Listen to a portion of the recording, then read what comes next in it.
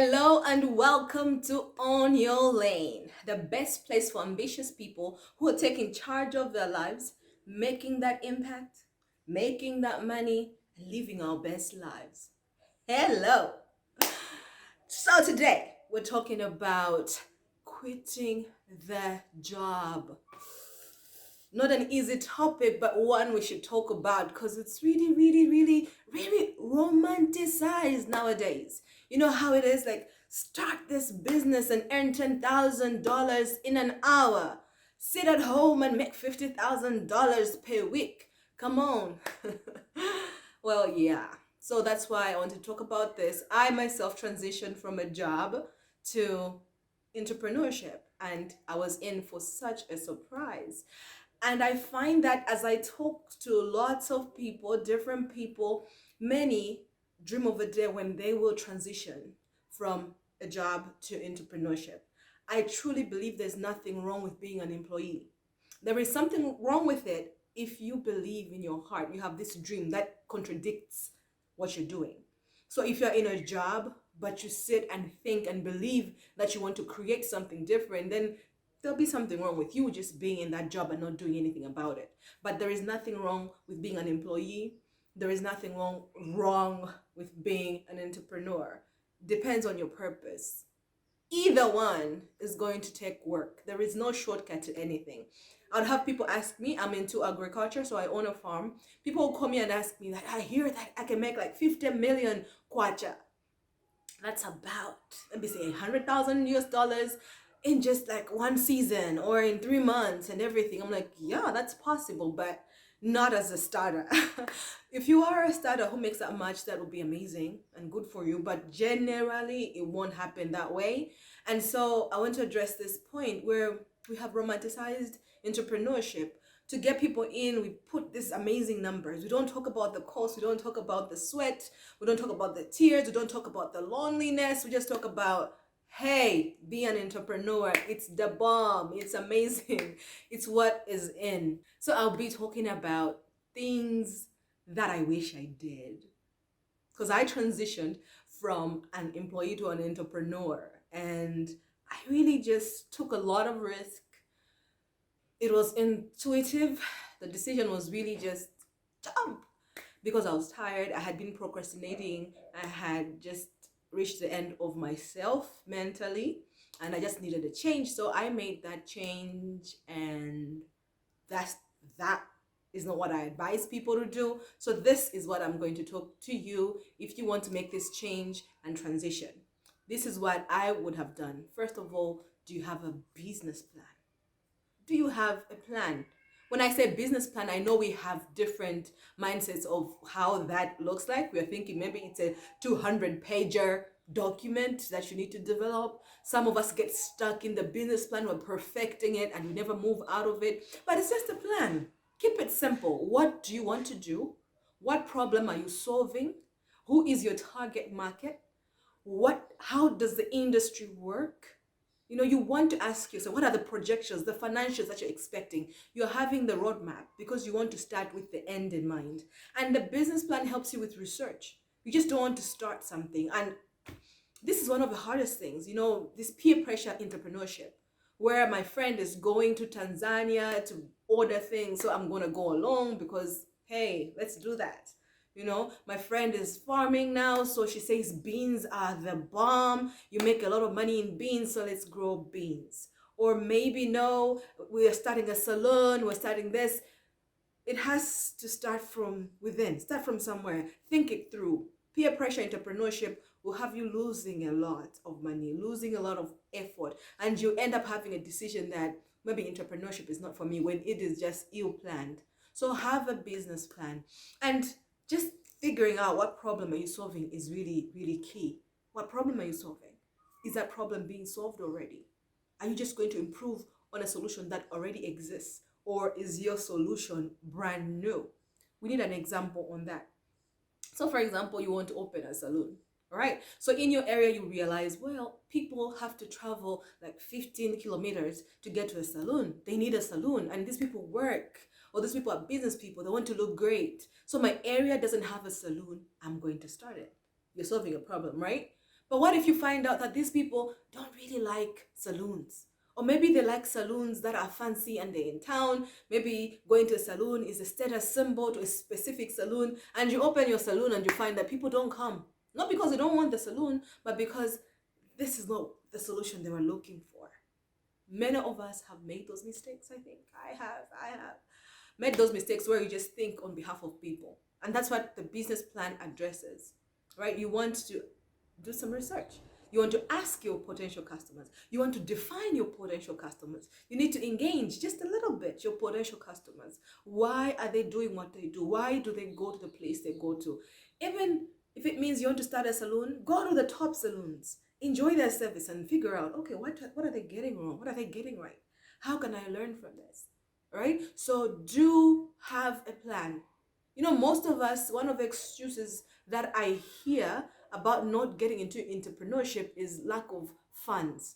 This stage doesn't involve funds. If you tell me that I have no funds for my business, but I have my business plan, I understand my industry, I understand my product, I understand my service, but I just don't have the funds, maybe that would make a little bit of sense. But most of us say we don't have funds, we can't start a business, we are doing nothing. Research, Google, talk to people, get around people who are doing what you want to do in that industry, get information.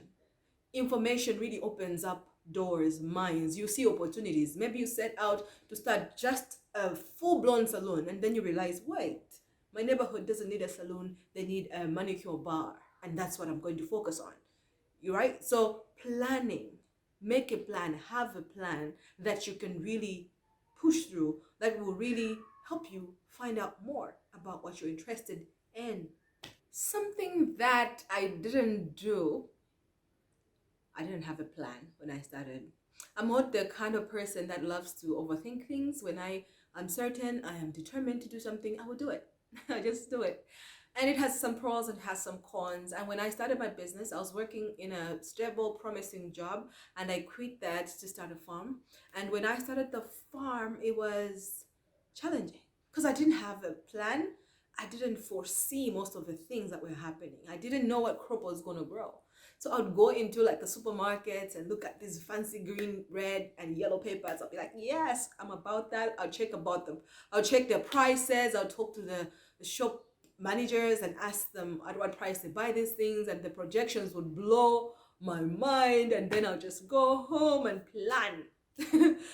Not really plan like let me think how it's gonna go, but plan like I'm going to buy the seed I'm gonna plant. So I ended up having like 12 crops on my farm or even more. It was everywhere. It was pretty, it was beautiful, but it didn't make financial sense. And because times vary in every industry. And when you see something today, doesn't mean when you are ready with your product, the market will want to receive it.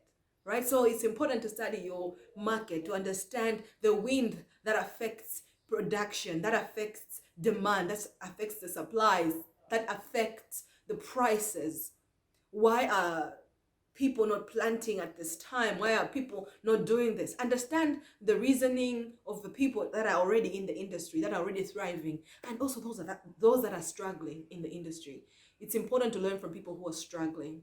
So I didn't do that. I just went in and I lost a lot of money. Those are lessons I look back to, and I think if it wasn't for where I was coming from and the support I had with my spouse, I would have quit entrepreneurship completely because it totally wiped me out. I had no reference point as I was moving forward. I was just moving, right? So with the business plan, you have defined your end and you have defined the process. Now you go to it and tweak it as you get more information and as you do things on the ground, right? But if you don't have it, then you have no reference point. So today you'll be motivated to do one thing, and tomorrow one thing. And because you didn't invest in knowledge in this one specific thing you started with, it is easy to drift away and start doing something else.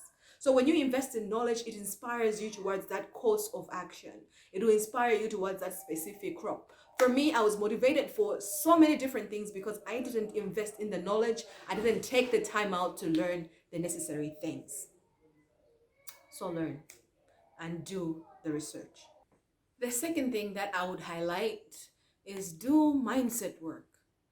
Broken people build broken businesses. You might think you're not broken in anyway, but you know those things that we do, the excuses we have, the habits that we have, all those things, that you do in your current life, when you start a business, they will just translate. The only difference is now you will lose money for your bad habits. So you have to work on yourself. You have to work on your mindset. You have to work on your approach to life.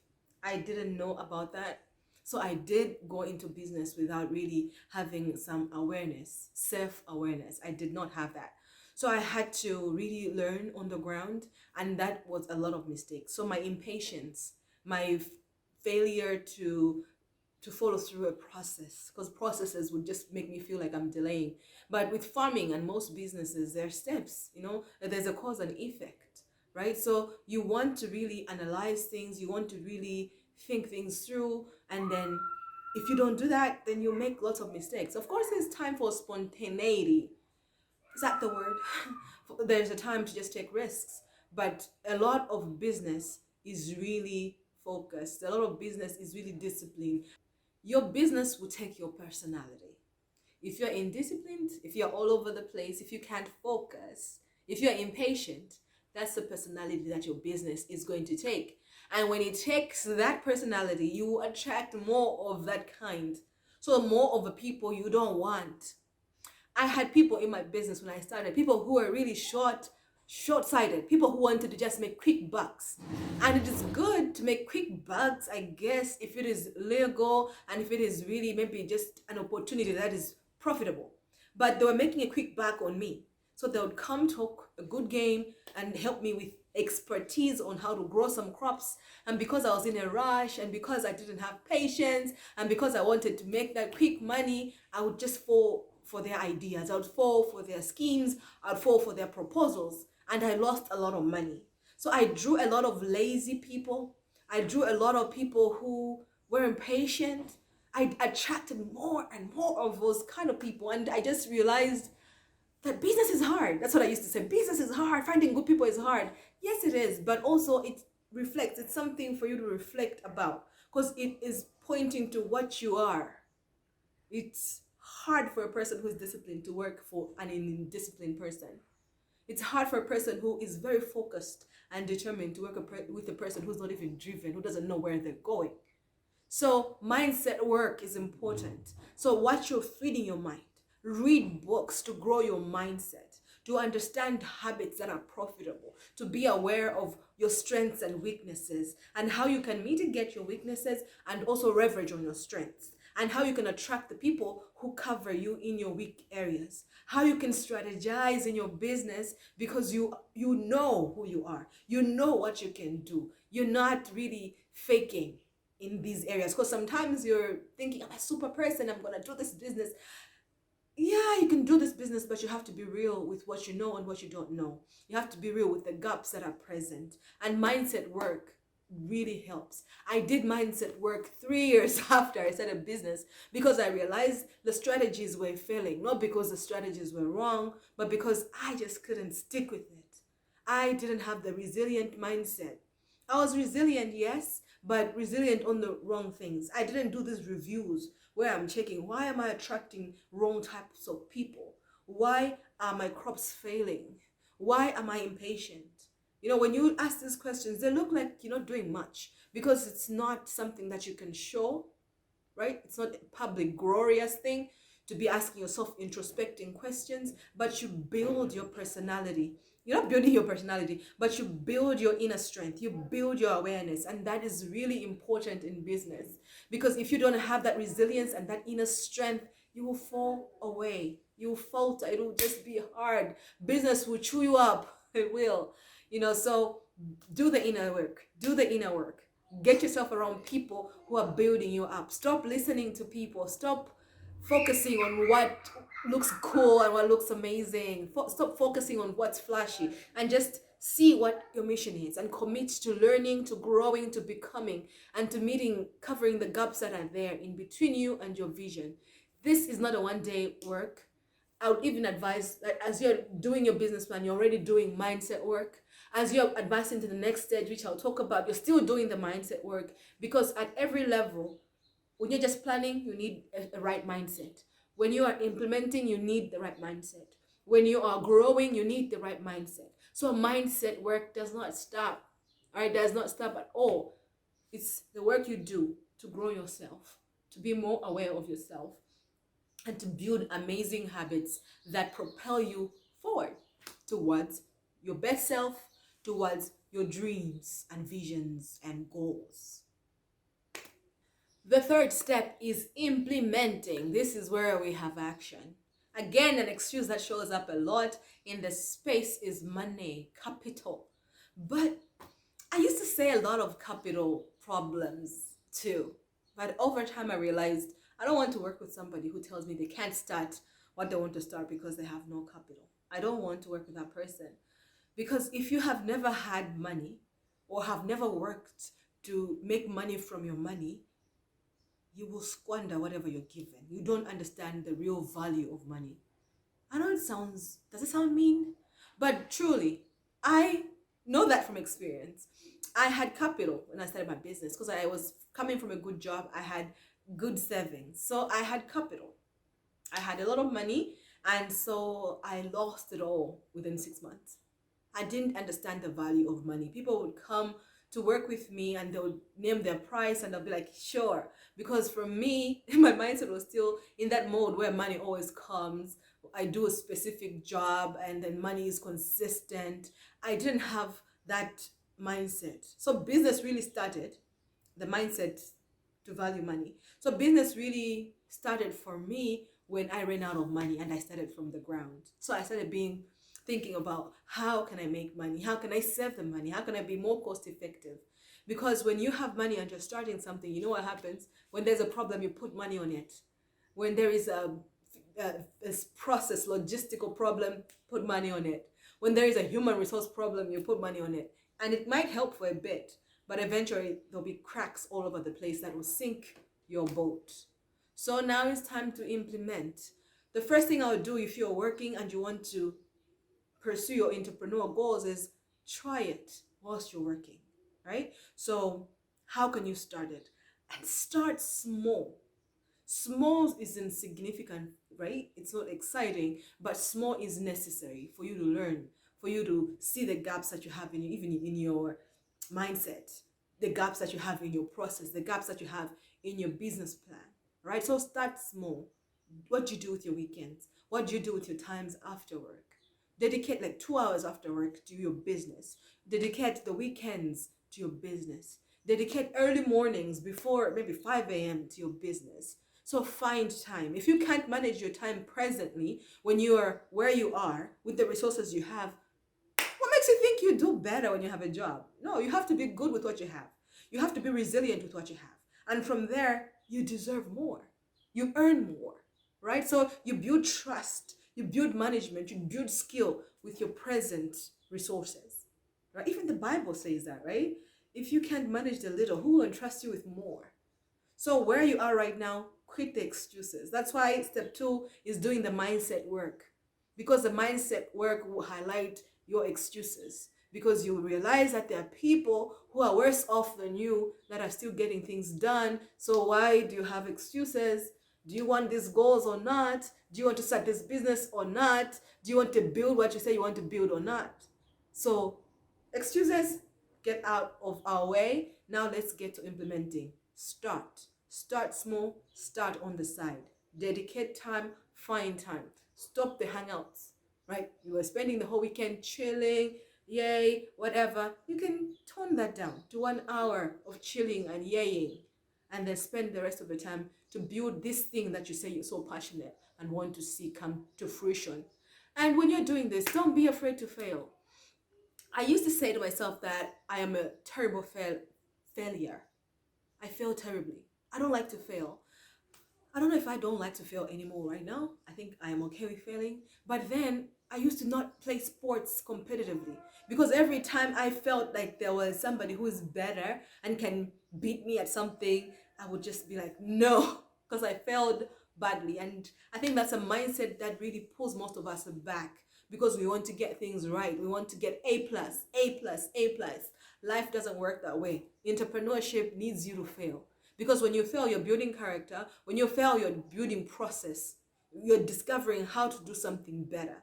You don't discover how to do something better by not getting it wrong, right? So be okay with failing. When you fail, Take the lesson, right? Remove the remorse, cry, or have a pity party, or worry about whatever you lost, but get up, let's get back to it again, carry the lesson, implement better, right? So build your business. You're trying to prove that this concept works. You're trying to prove that you have something here. So try it out on a small scale. Try your skills out. Do you have marketing skills? You think you can sell anything? It is really hard. Sometimes, like for me, I used to think I can talk to anybody, and I can. But when you have something to sell, it's a whole different ballgame. Talking to anybody on the road is easy. You can just talk about their interests and whatever.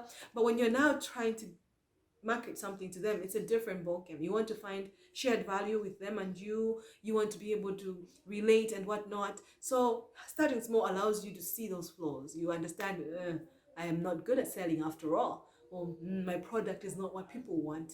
Oh, I can't supply, I have demand, or I have no demand.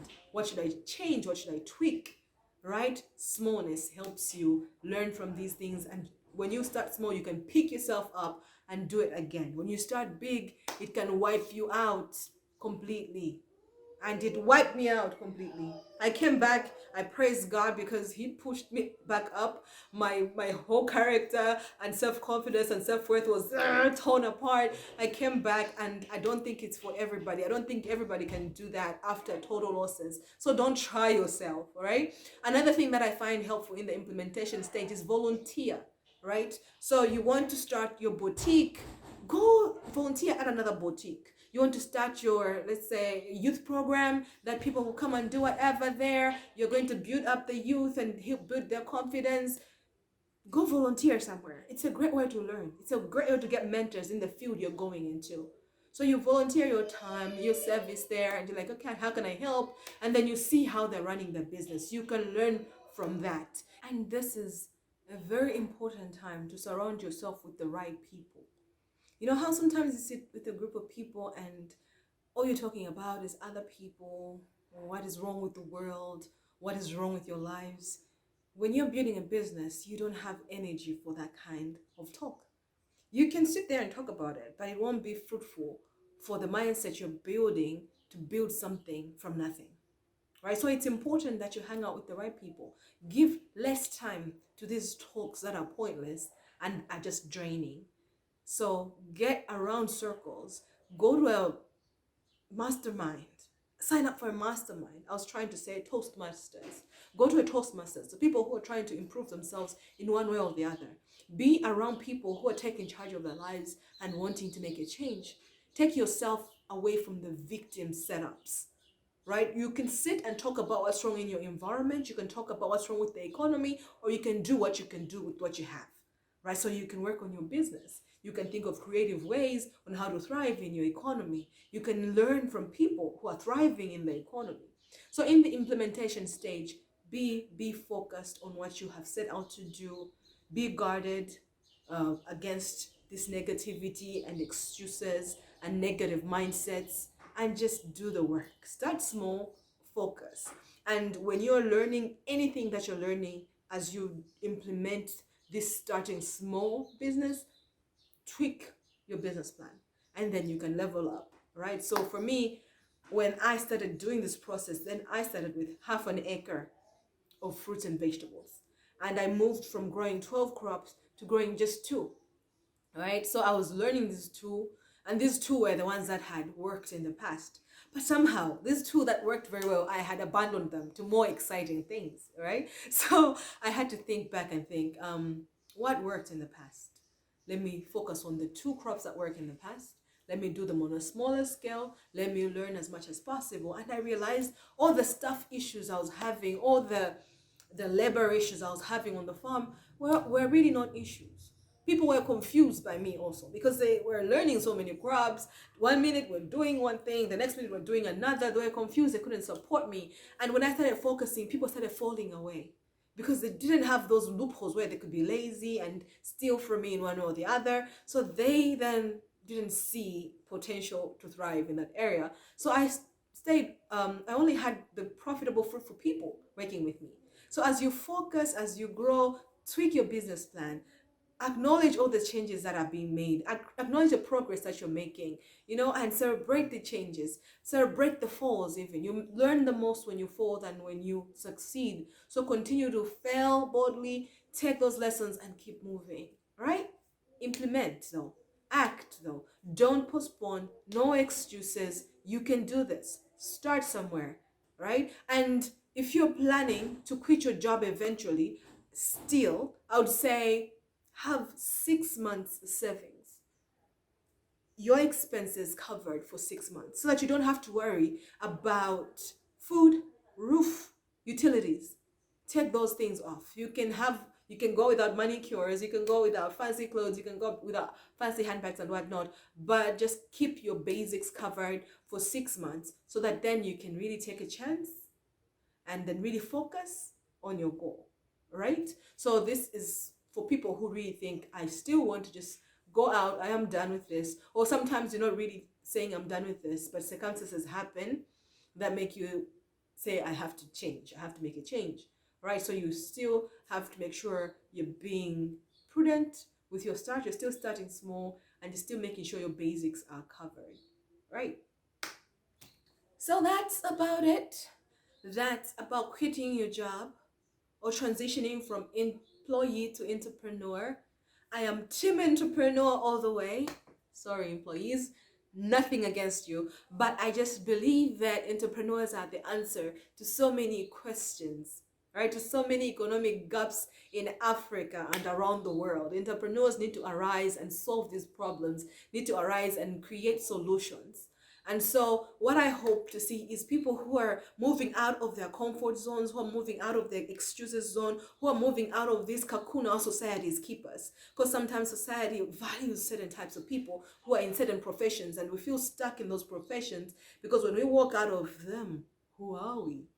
I had that trial too when I transitioned from my job, because I didn't know how much of my self-worth was tangled up in my job. When I left it, I didn't know how to introduce myself. I didn't know who am I now, because the business I'm saying I have is not there yet. It hasn't started properly. So who am I? It can be really trying, but every sacrifice you take, every step forward into the unknown that you take will be rewarded. Not now, because just like every seed, I talk about seeds because I'm a farmer, but every seed that you plant has to bear fruit. It might not be immediately, and it's usually not immediately, but eventually you will harvest. You will when you cultivate diligently, you will harvest. And harvest time is always exciting. People see what they see, people point at what they point, people want to associate with you, but there's work that has to go in the back end of harvest. Right? So my aim is to help entrepreneurs as much as possible to rise up. There's so many entrepreneurs who are in jobs right now, who are stuck, who are frustrated, who just dream. They need to rise up, they need to start, they need to move. We have a continent to develop. We have families to save. We have generations to set up for success. I love to always engage with you. So leave a comment, DM me on the socials, Mavis Zaina Kanjadza. I always am excited to hear from you. Subscribe if you're on YouTube, like, share, do all the good stuff. I'll see you soon. Mwah.